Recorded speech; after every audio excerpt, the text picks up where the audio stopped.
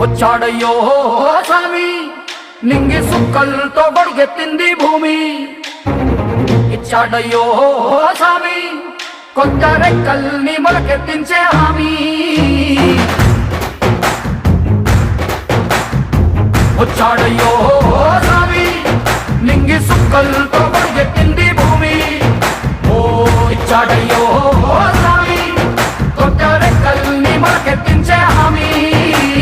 కత్తి సుత్తి పలుగు పారా తీయండి, మన కష్టం సుక్కలు కుంకం బొట్టుగా పెట్టండి. ఓ అన్నం పెట్టే పనిముట్లే మన దేవుళ్ళు, మరి ఆయుధాల పూజలు చేద్దాం పట్టండి. అమ్మోరు